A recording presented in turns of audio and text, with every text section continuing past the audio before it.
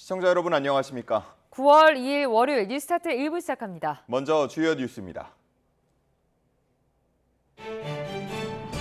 국민의힘 한동훈 대표와 더불어민주당 이재명 대표가 11년 만에 여야 대표 회담을 가졌습니다.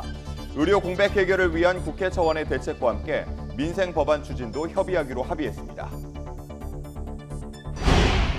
여야 대표는 민감한 쟁점 현안에선 입장차를 좁히지 못했습니다. 내년 시행을 앞둔 금융투자소득세를 유예 또는 폐지할지와 전국민 25만 원 지원법, 최상병 특검법 등에 대해서는 결론을 내지 못했습니다.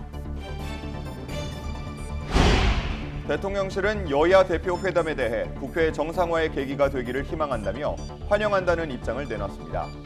다만 국회 개원식에 대해서는 국회가 정상화된 뒤에 참석하는 것이 맞는다며 윤석열 대통령이 오늘 국회 개원식에는 불참할 것이라고 밝혔습니다. 하마스에 붙잡혔던 이스라엘 인질 가운데 6명이 숨진 채 발견됐습니다. 네타냐후 이스라엘 총리는 하마스의 잔혹한 범죄라고 비난했지만 시민들은 물론 국방장관까지도 총리에게 책임을 돌리며 즉각 휴전을 촉구했습니다. 음악을 크게 튼 승객에게 소리를 줄여달라고 했더니 폭언과 욕설을 들었다는 택시기사의 제보가 YTN에 들어왔습니다. 택시기사 절반 가까이는 석 달에 한 번 이상 승객으로부터 폭언이나 협박을 경험하는 것으로 조사됐습니다. 어제 저녁 부산역에 도착한 KTX에서 연기가 나면서 이용객들이 불편을 겪었습니다. 서울 등촌동에선 아파트에서 불이 나 주민 50여 명이 급히 대피했습니다. 국민의힘 한동훈, 더불어민주당 이재명 대표가 양당의 민생 공통 공약을 함께 추진할 협의기구를 운영하기로 했습니다. 곽규택, 조승래 양당 수석 대변인은 여야 대표 회담 뒤 이 같은 내용을 포함한 공동 발표문을 공개했습니다.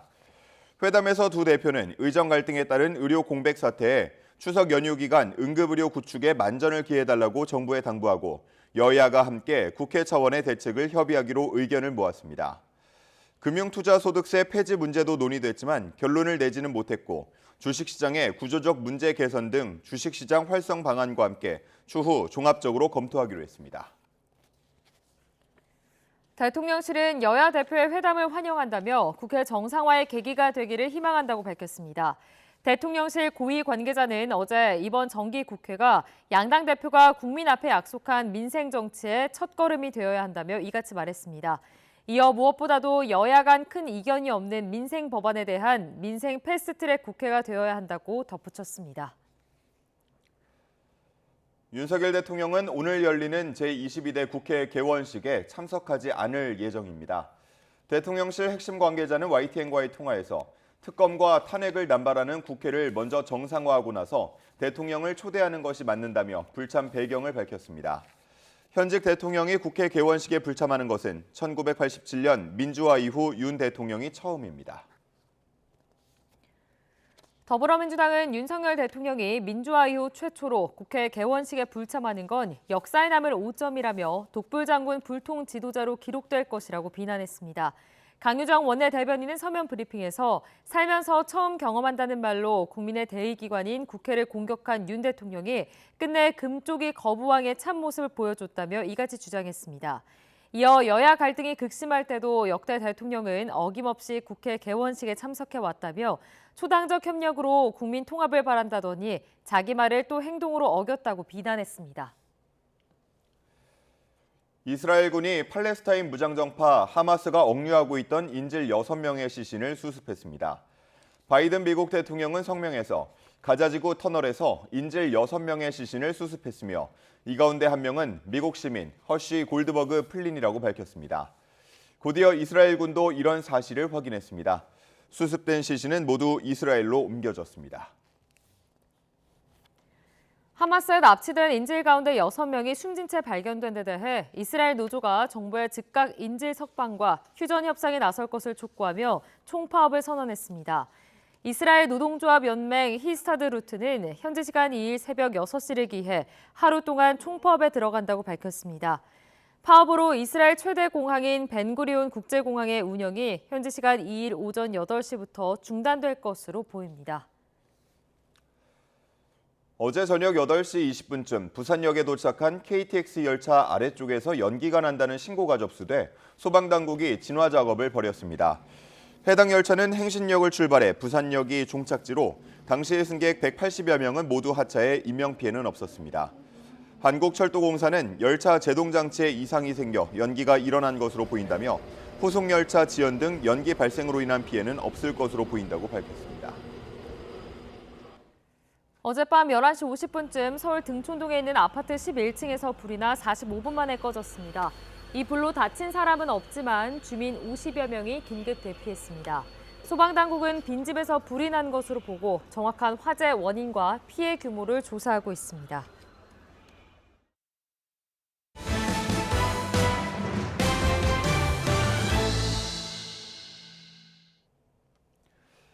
국민의힘 한동훈, 더불어민주당 이재명 대표가 첫 회담에서 의료 공백 사태를 해결하기 위한 국회 차원의 대책을 협의하기로 뜻을 모았습니다. 여야가 함께 공약했던 민생 법안을 빠르게 추진하기 위한 협의기구도 운영해 나가기로 했습니다. 나혜인 기자입니다. 11년 만에 성사된 여야 공식 대표회담은 애초 계획보다 긴 2시간 15분 동안 진행됐습니다. 비공개 협의를 거쳐 공개된 8개 항목의 공동 발표문에선 공식 의제에서 제외됐던 의료 대란 문제가 포함됐습니다. 현재의 의료 사태와 관련하여 추석 연휴 응급 의료 체계 구축에 만전을 기할 것을 정부에 당부하고 국회 차원의 대책을 협의하기로 하였다.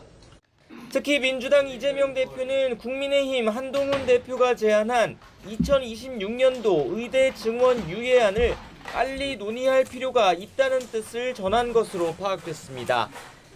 의정 갈등은 의사단체와 정부가 풀리리란 입장을 고수해온 국민의힘은 당장 내년도 증원은 되돌리기 어렵다는 점을 확인했다는 데 의미를 뒀습니다.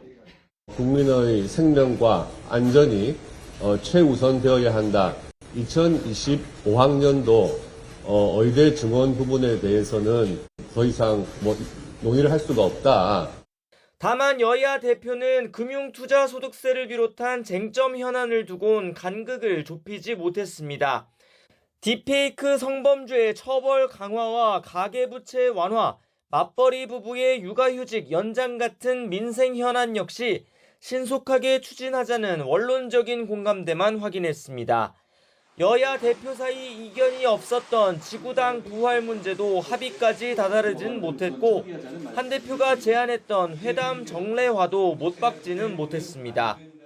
우리 두 사람의 역할이 중요하다는 것을 느꼈습니다. 한 달에 한 번이나 두 달에 한 번 정도로 대표 회담을 정례화할 것도 제안드립니다. 양당의 민생 공통 공약을 함께 추진할 협의체 구성이 그나마 눈에 보이는 성과로 남았다는 분석입니다. 협의기구나 이런 것들을 만들어서 공식적으로, 공개적으로 공통 공약을 처리해 가기를 기대합니다.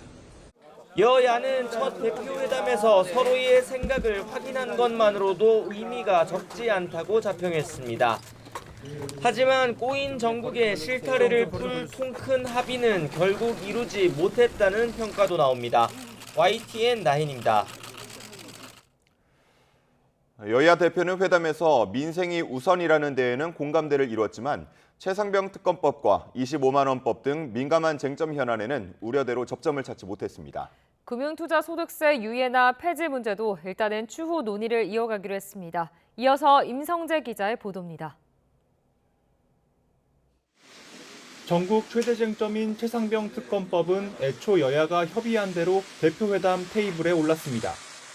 회담 시작부터 이재명 대표는 한동훈 대표가 제안한 대법원장 등 제3자 추천 방식을 수용하겠다고 강하게 압박했지만 또 조건을 하나 더 붙이셨는데 증거 조작 이것도 특검하자 하시죠. 괜찮습니다. 저희가 수용하겠습니다.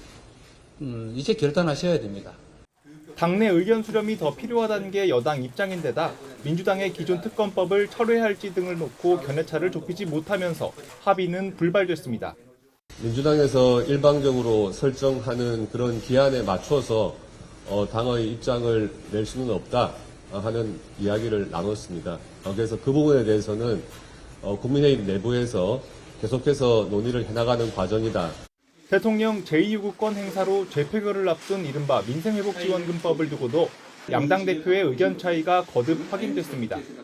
전 국민에게 25만 원씩 지급하는 건 현금 살포와 다름없다는 한 대표 입장과 소비 진작책이란 이 대표 주장이 평행선을 달린 겁니다.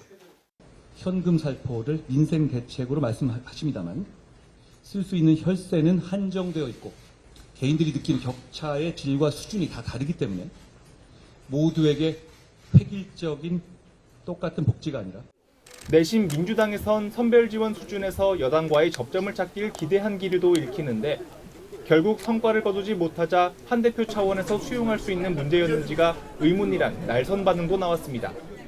차등 지원까지도 좀 검토할 수 있다라고 얘기를 했고 그거에 대해서 어쨌든 한동훈 대표는 최종적으로 이제 어쨌든 수용을 하지 않은 것인데 한동훈 대표가 수용을 할 수 있는 성격의 것인지는 잘 모르겠어요.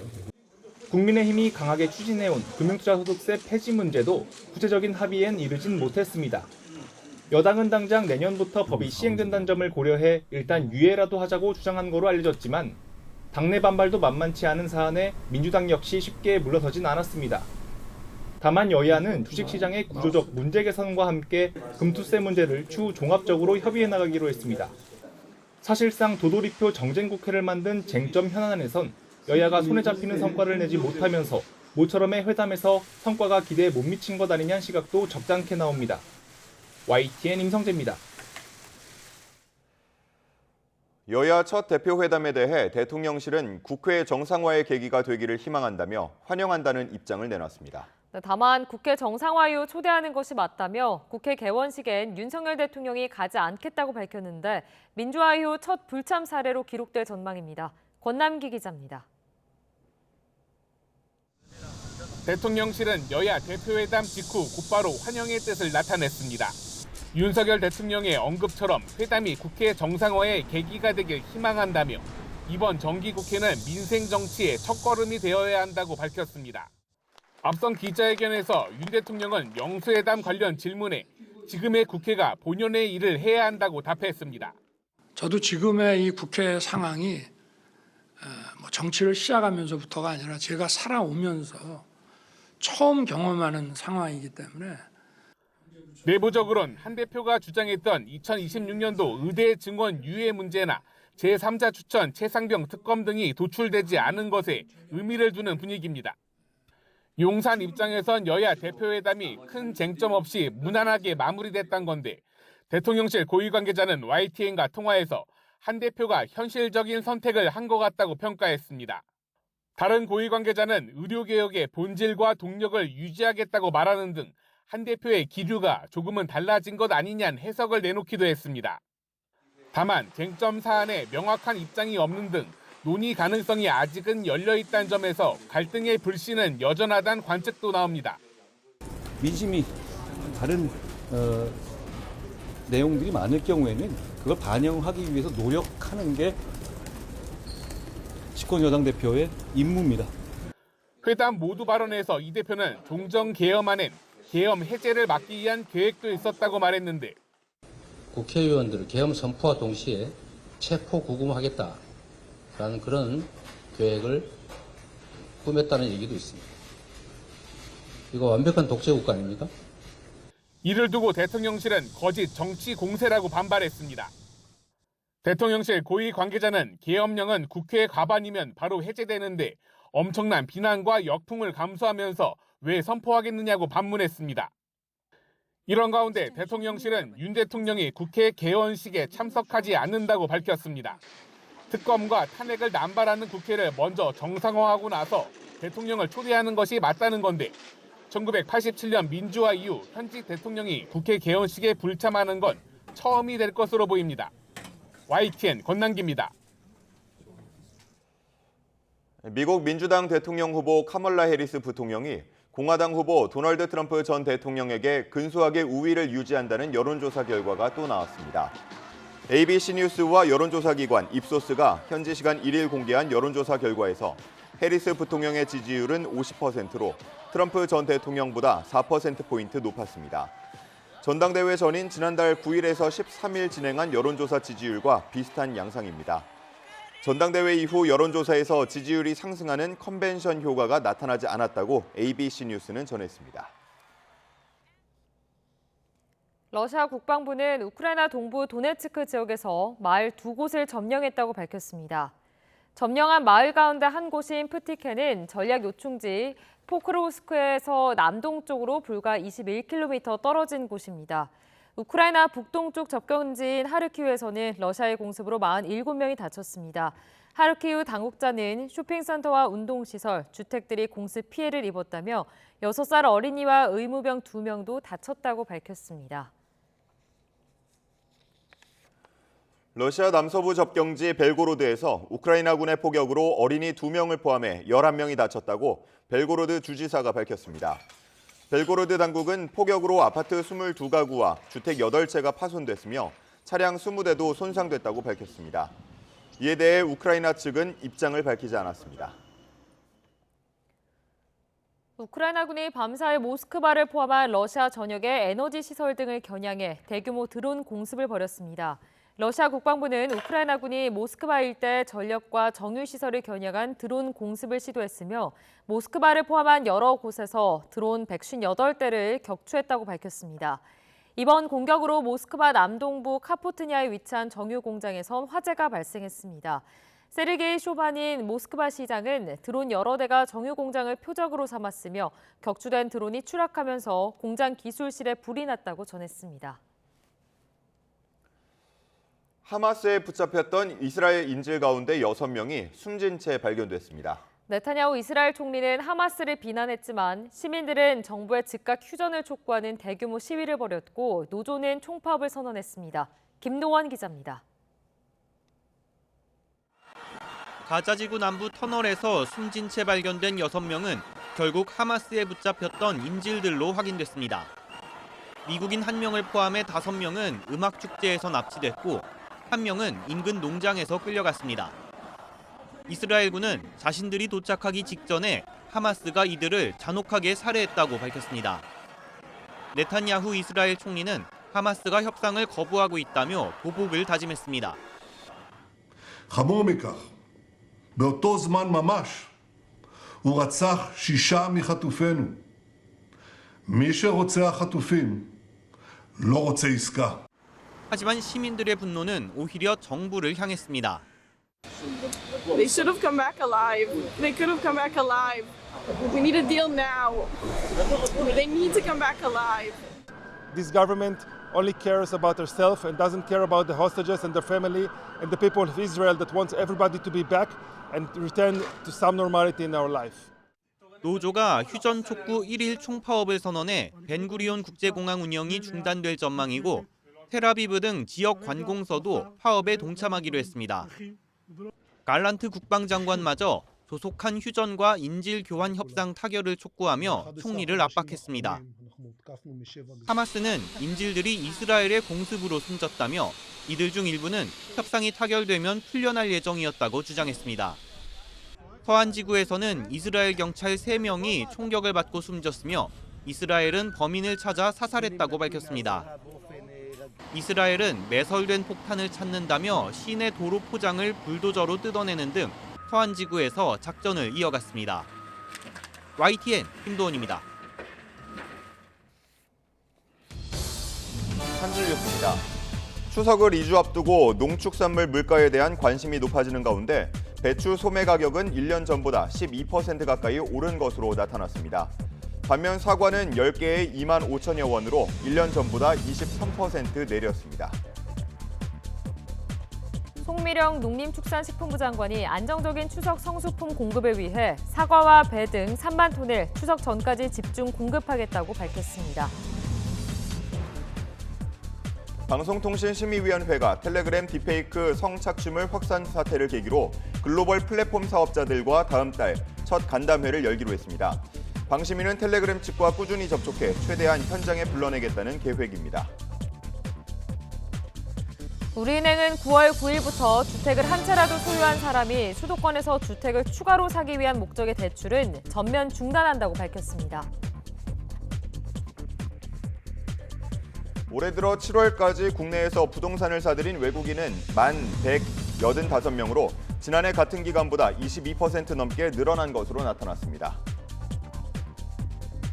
공사비 인상으로 시공사 선정에 어려움을 겪었던 개포 한신 아파트 재건축 조합이 DL-ENC를 시공사로 선정했습니다.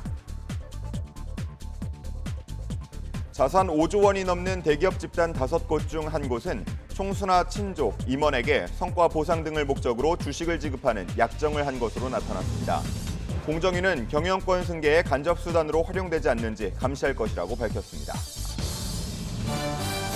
오는 10월 말부터 시작되는 5개월간의 동계 항공 스케줄에 맞춰 국내 항공사들이 일제히 일본 노선 항공편 확대에 나섰습니다.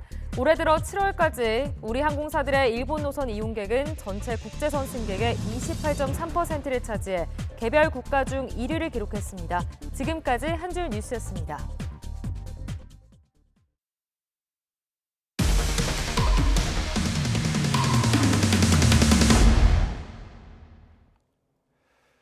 믿고 사건을 맡겼던 변호사가 알고 보니 소송을 하지도 않고 승소했다고 거짓말을 했다면 어떠시겠습니까? 변호사가 판결문까지 위조해 의뢰인을 감쪽같이 속인 사실이 YTN 취재 결과 확인됐는데 이 변호사는 이전에도 의뢰인의 공탁금을 마음대로 썼다가 징계를 받은 전력도 있었습니다. 이현정 기자의 단독 보도입니다. 휴대전화 도매업을 하는 자영업자 박모 씨. 2년 전 갑자기 잠적한 거래업체를 상대로 위약금 청구 소송을 하기 위해 A 변호사를 선임했습니다. 수임료 880만 원을 줬고 중간에 가압류를 신청했다고 해 공탁금 명목으로 500만 원까지 건넸습니다. 그로부터 1년 정도 지난 지난해 12월, A 변호사는 1심에서 이겼다는 반가운 소식을 알렸고 박 씨는 330만 원을 추가로 주고 항소심까지 맡겼습니다. 그런데 A 변호사는 좀처럼 판결문을 보여주지 않았습니다. 가서 뭐 공부하고 왔다. 몸이 안 좋아서 뭐 이렇게 병가를 냈다. 뭐 이런 식으로 얘기를 해서 계속 차이피를 미루는 거예요. 수개월 뒤 판결문을 건네받긴 했는데 뭔가 이상하다고 느낀 박 씨는 직접 법원을 찾았고 사건이 접수된 적조차 없다는 충격적인 이야기를 들었습니다. 판결문도 정교하게 위조된 가짜였습니다. 해당 변호사가 승소했다며 보내준 판결문인데요. 글씨체부터 형식까지 실제 판결문과 똑같습니다. 하지만 자세히 보면 재판부의 서명과 도장도 빠져 있고 판사들도 해당 법원에는 없는 엉뚱한 이름들입니다. A 변호사는 박 씨를 속인 사실을 인정했습니다. 한다는 소리가 일단 미안하다. 자기가 지금 뭐 번아웃이 왔다. 두 번째로 뭐 자기가 3억 원의 사기를 당했다. 그래서 지금 멘탈이 많이 안 좋다. 그런데 YTN 취재 결과 A 변호사의 비위 의혹은 이뿐만이 아니었습니다. 이전에도 다른 사건 의뢰인이 맡긴 담보 공탁금을 마음대로 썼다가 대한변호사협회로부터 과태료 2천만 원을 부과받았던 것으로 확인됐습니다. 취재가 시작되자 A 변호사는 박 씨에게 합의 의사를 적극적으로 밝혔는데 취재에는 응하지 않았습니다. 기자님인지 제가 신원도 잘 모르고요.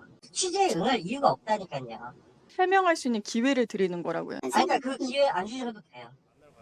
박 씨와 동업자는 1년여 동안 거짓말에 속았다는 사실에 충격받아 정신과 치료까지 받는 상황. 막 공황장애 오고 아무도 얘기를 못 믿겠는 거예요. 의사 맞냐고.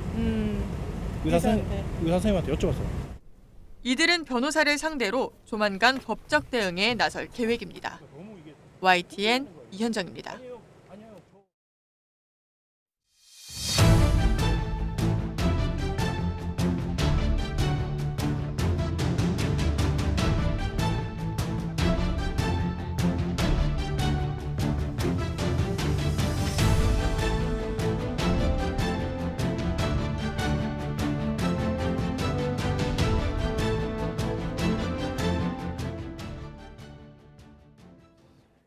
어제 저녁 부산역에 도착한 KTX에서 연기가 나면서 승객들이 큰 혼란을 겪었습니다. 서울 등촌동에 있는 아파트에서는 불이 나 주민들이 긴급 대피했습니다. 밤사이 사고 소식 이준엽 기자가 전해드립니다.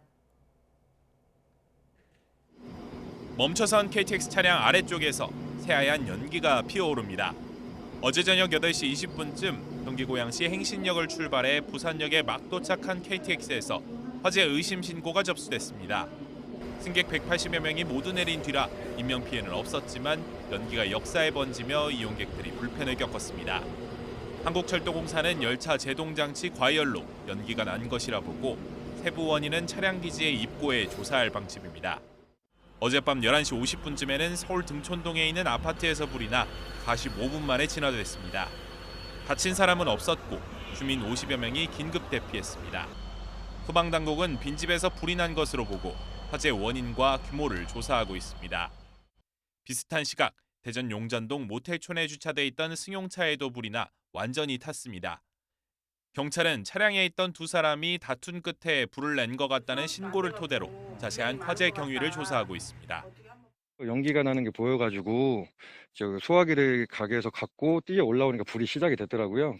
지나는 과정에서 막 펑펑 소리가 나고 폭파 한 3-4번 정도 난 것 같아요. 교통사고도 잇따랐습니다.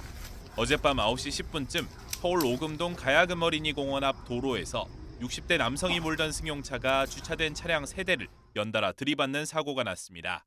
이 사고로 운전자를 포함한 차량 탑승자 2명이 경상을 입어 병원으로 옮겨졌습니다.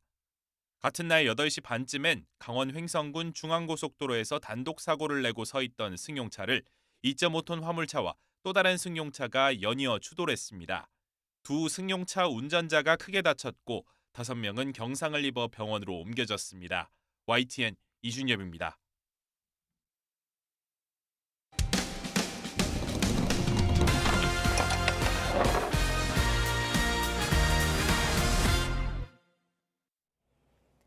음악을 크게 튼 승객에게 줄여달라고 했더니 폭언과 욕설을 들었다는 택시기사의 제보가 YTN에 들어왔습니다. 택시기사들이 이런 일을 겪는 건 다반사지만 운전 중에 싸움으로 번질까 봐 참고 넘어가는 경우가 많다고 하는데요. 이 택시기사도 속으로만 끙끙 앓다가 제보 전화를 했습니다. 유서연 기자가 보도합니다. 젊은 여성 등 4명이 택시에 탑니다.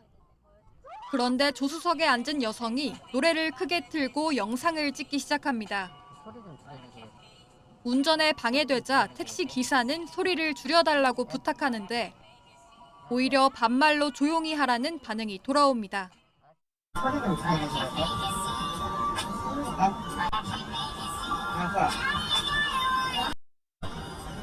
아씨. 기다려, 찍고 있어. 소리 좀 줄여주세요. 소리 좀 줄여주세요.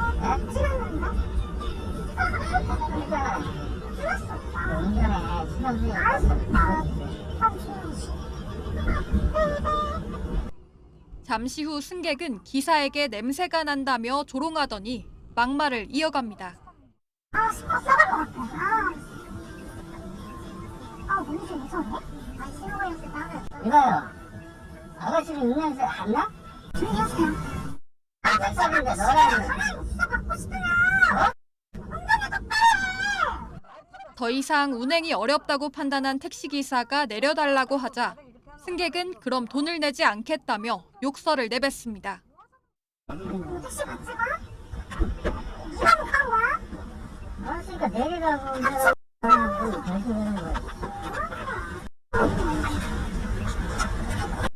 운행 시간은 10분 남짓, 요금 6,000원 정도가 자동 결제되자 차에서 내린 승객은 몇 분 뒤 문자 메시지로 기사를 협박했습니다. 돈을 받았으니 경찰에 신고하겠다며 택시 기사를 못하게 만들어주겠다고 으름장을 놓았습니다. 피해 택시기사는 결제 요금을 취소했습니다. 그런데 택시기사들이 이런 피해를 겪는 건 다반사입니다.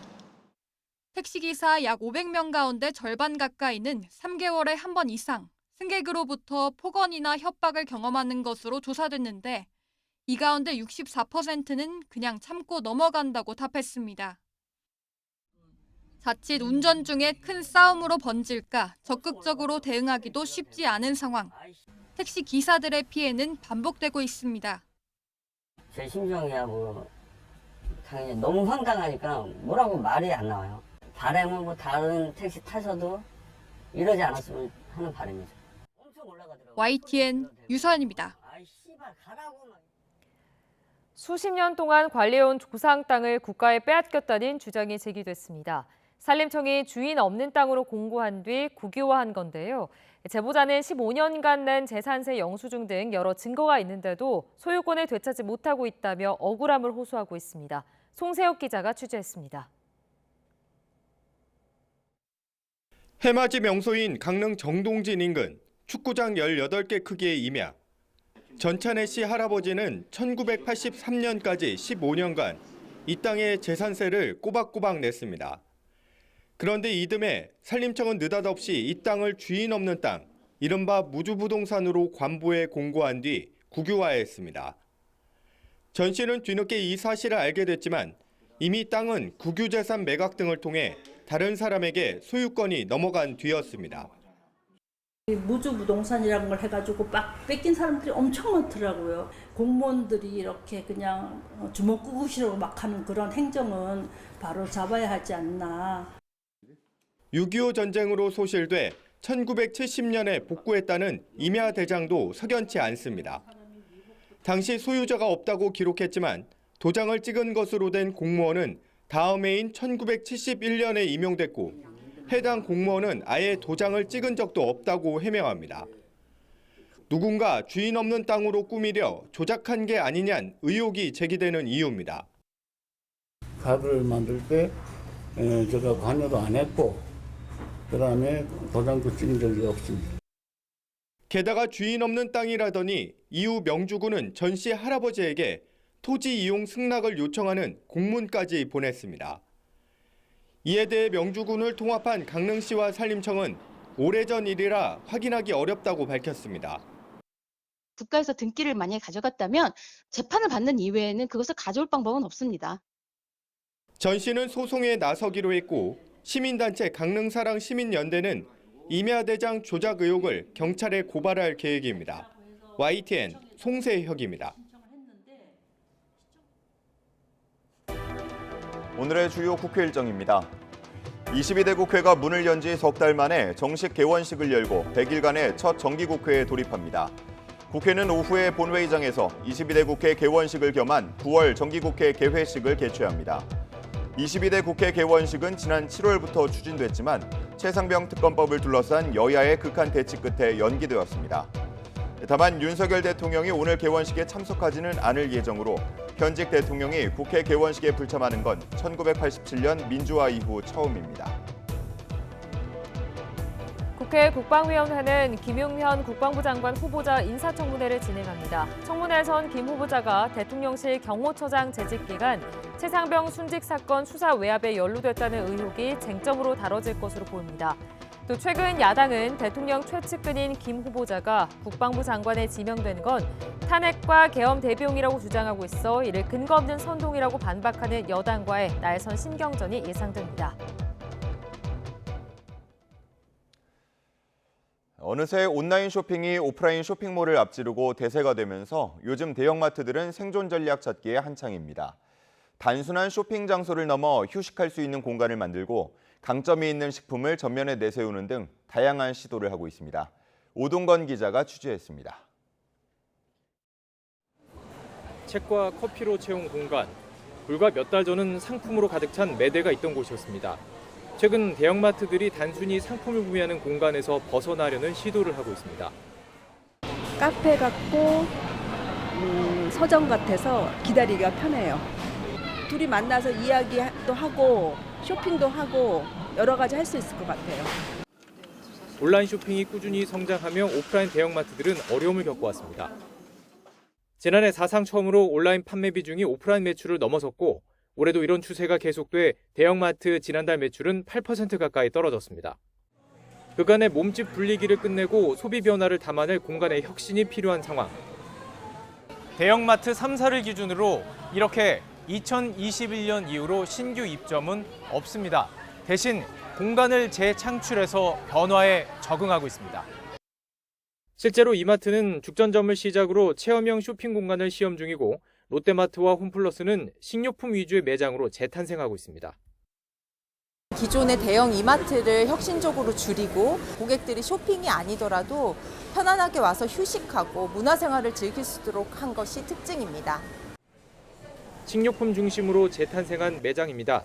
마트에서 직접 만든 조리식품을 확대해 소비자의 동선에 맞춰 베이커리와 함께 전면에 배치했습니다. 치킨 종류의 제품은 큰 호응을 얻어 이달 초 1,000만 개가 넘게 팔렸습니다.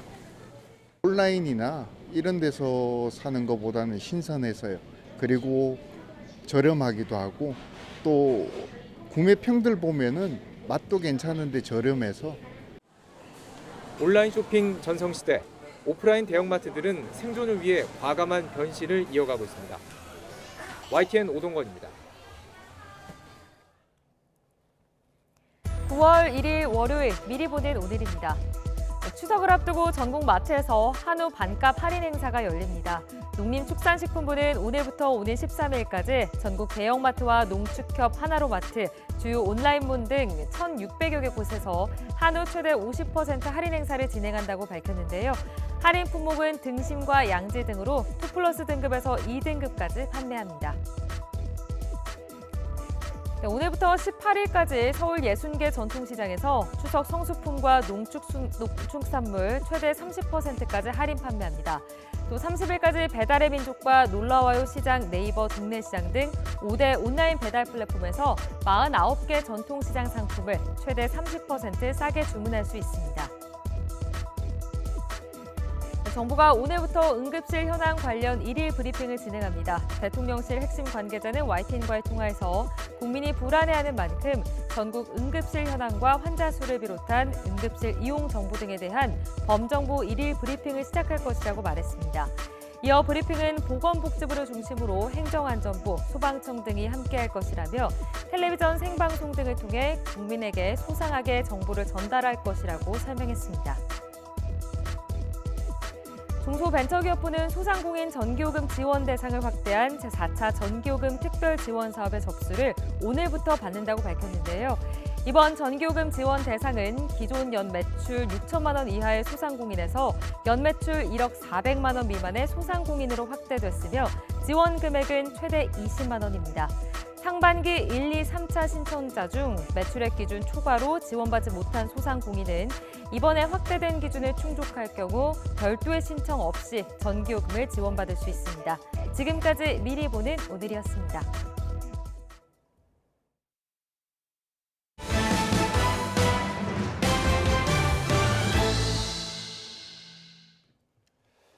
지난해 서울대에서 학교를 도중에 그만둔 학생이 최근 5년 사이 가장 많은 것으로 집계됐습니다. 자퇴한 경우가 많았는데 의대 진학을 위해서 그만둔 경우가 다수인 것으로 추정됩니다. 박소정 기자입니다. 서울대학교에 입학하고도 중도에 그만두는 대학생들이 갈수록 늘고 있습니다. 대학 관련 정보를 공시하는 대학 알림이 자료를 분석한 결과 지난해 서울대에서 중도 탈락한 인원이 436명이었습니다. 해마다 꾸준히 늘고 있는데 5년 전인 2019년과 비교하면 60% 가까이 늘었습니다. 자연계열 중도 탈락이 316명으로 인문계열보다 2배 이상 많았습니다. 탈락 사유는 대부분 자퇴였습니다. 학과별로 보면 화학생물공학이 30명으로 가장 많이 그만둔 것으로 나타났습니다. 서울대를 포함해 이른바 스카이로 불리는 최상위 대학, 고려대, 연세대까지 합하면 도중에 그만둔 학생은 지난해 2,126명에 달합니다. 연세대는 지난해 학생 830명이 그만뒀는데 5년 전보다 62.4% 증가해 역시 최다를 기록했고 고려대는 860명으로 한 해 전보다 다소 줄었지만 2019년과 비교하면 36.3% 늘었고 인문계열 중도 탈락만 보면 역시 5년 새 가장 많았습니다. 또 통합수능에서 이과에서 문과로 또 교차 지원했던 학생들도 다시 이과 또는 의대 쪽으로 원위치했을 가능성이 높다. 이렇게 졸업 후의 어떤 안정성 이런 부분들이 지금 의대 모집 정원 확대 전에도 이미 굉장히 크게 나타나고 있다. 이렇게. 지난해부터 의대 증원 이슈가 사회적 관심사로 떠오르면서 의대에 가려고 다시 입시에 도전하는 경우가 늘어난 겁니다. 특히 자연 계열에서 자퇴한 경우는 대부분 의학과 약학 계열에 응시하려는 것으로 추정됩니다. 2025학년도는 의대 증원 규모까지 확정돼 모집하는 만큼 올해는 최상위권 대학을 그만두는 학생이 더욱 늘어날 것이란 예상이 나옵니다. YTN 박소정입니다. 천연 기념물이자 1급 멸종 위기종인 사냥이 지난 겨울 떼죽음을 당했습니다. 확인된 것만 1000마리가 넘는데요. YTN 디지털랩이 처음으로 죽은 사냥의 위치 정보를 전수조사했습니다. 장하영 기자입니다. 눈 속에 파묻힌 사냥 사체. 탈진한 사냥에겐 가벼운 비닐도 목숨을 잃게 하는 흉기가 됩니다. 지난 겨울 폐사에 멸실 신고된 사냥은 1000마리가 넘는 걸로 집계됐습니다. 이곳 설악산 국립공원 일대에서만 300여 마리가 폐사했습니다. YTN이 멸실 신고서와 첨부된 사진의 속성 정보를 바탕으로 사냥 위치를 전수조사했습니다. 폐사한 1000여 마리 중에 위치 정보가 남아있는 건 951마리. 화천 양구의 접경지대와 설악산 국립공원 안팎에 몰려 있습니다. 주민들은 지난 겨울 심한 폭설을 첫 번째 원인으로 꼽았습니다. 야생성이 강해 사람과 마주치는 일이 드문 사냥인데 지난 겨울엔 먹이와 잠까지 청할 정도로 지치고 굶주려 있었던 겁니다. 마을에 간 2층에 계단에도 이렇게 애들이 서너 마리씩 와서 자고 막 가고 그러거든요. 그래서 그 주민들이 불쌍하니까 뭐 건초나 무시래기 이런 거 당근 사다가 계속 주고 막 그랬어요. 지난 겨울 설악산 국립공원을 위성으로 살폈더니 특히 2월엔 녹은 자리를 찾아볼 수 없을 정도로 눈으로 뒤덮였습니다. 사냥은 겨울철이면 먹이를 찾아 해가 비치는 산비탈을 따라 아래쪽으로 내려오는데 눈 쌓인 계곡에서 탈진해 죽었을 걸로 추정됩니다. 하지만 사냥이 1000마리나 죽은 이례적인 상황에 비춰보면 지난 겨울의 눈 상황이 예외적으로 나빴던 건 아닙니다.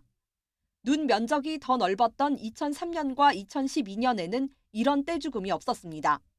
사실 IUCN에서 보고한 거는 우리나라의 사냥 개체군이 1000마리 정도 있을 거란 얘기를 했어요. 근데 이번 겨울에 죽은 게 1000마리란 말이에요. 그렇다 그러면 되게 많은 숫자가 사라졌기 때문에 자립하기 되게 어려워요. 지구온난화가 진행될수록 심해지는 폭설과 혹한, 올 겨울도 예외는 아닙니다. 빠르면 40년에서 100년 사이 우리나라 사냥 적합 서식지가 완전히 사라질 거란 연구 결과도 나와 있습니다. YTN 장하영입니다. YTN 데이터랩이 사냥의 행동권을 분석한 결과 백두대간을 겹겹이 분절하고 있는 아프리카 돼지열병 울타리가 지친 사냥에 최후의 일격으로 작용했을 가능성이 큰 것으로 나타났습니다. 올겨울 사냥을 지키기 위해서는 어떻게 해야 할까요? 장하영 기자가 이어서 보도합니다.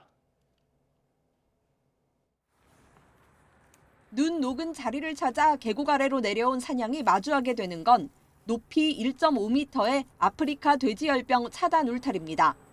울타리를 따라 발자국을 남기고 쓰러진 사냥. 울타리와 빅타를 오가다 사람을 봐도 도망갈 힘조차 없는 상태로 구조되는 사냥도 있습니다. 겨울철 사냥의 행동권은 50만 제곱미터로 원 면적으로 따지면 지름 798m 안에서 움직이는 셈입니다. 이번에 발견된 사냥 사체의 절반 가까이가 울타리를 중심으로 798m 이내에 있었습니다. 지난 겨울 유례없는 떼죽음과 울타리가 무관하지 않다는 증거입니다. 사냥 폐사의 주요 원인으로 울타리가 꼽히자 환경부가 내놓은 방편입니다. 사냥이 단일하고 뚫어놓은 폭 4m가량의 통로입니다. 전체 3,000km에 달하는 구간에 이런 통로 15곳을 만들고 내년 봄까지 효과 분석을 한다는 계획입니다. 야생동물의 이동 유형하고 빈도를 분석하는 부문 개방 시범 사업을 하고 있습니다. 아울러서 그 내년도에 중장기적으로 울타리 관리 로드맵을 저희가.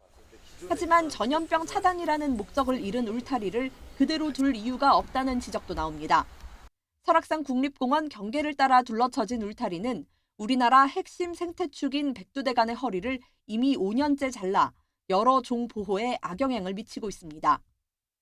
이번 겨울에 사냥의 집단 폐사를 막아야 합니다. 만약에 올겨울을 막지 못하면 대한민국에서 더 이상 사냥을 보기가 어려울 수도 있다는 생각이 듭니다.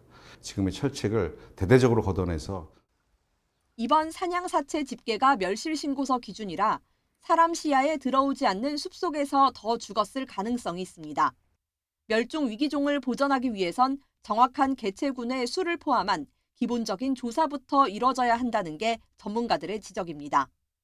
YTN 장하영입니다.